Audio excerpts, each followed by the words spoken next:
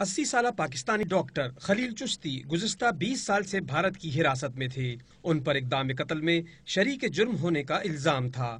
بھارت کی supreme court نے ضمانت پر ان کی رہائی کے احکامات جاری کر دیے۔ ان کے خاندان کی طرف سے طویل عرصے سے بھارتی حکومت سے رہائی کے لیے اپیل کی جا رہی تھی۔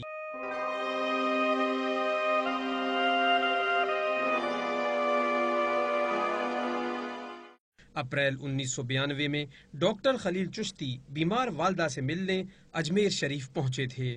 18 سال مقدمہ چلنے کے بعد 2010 میں انہیں عمر قید کی سزا سنائی گئی۔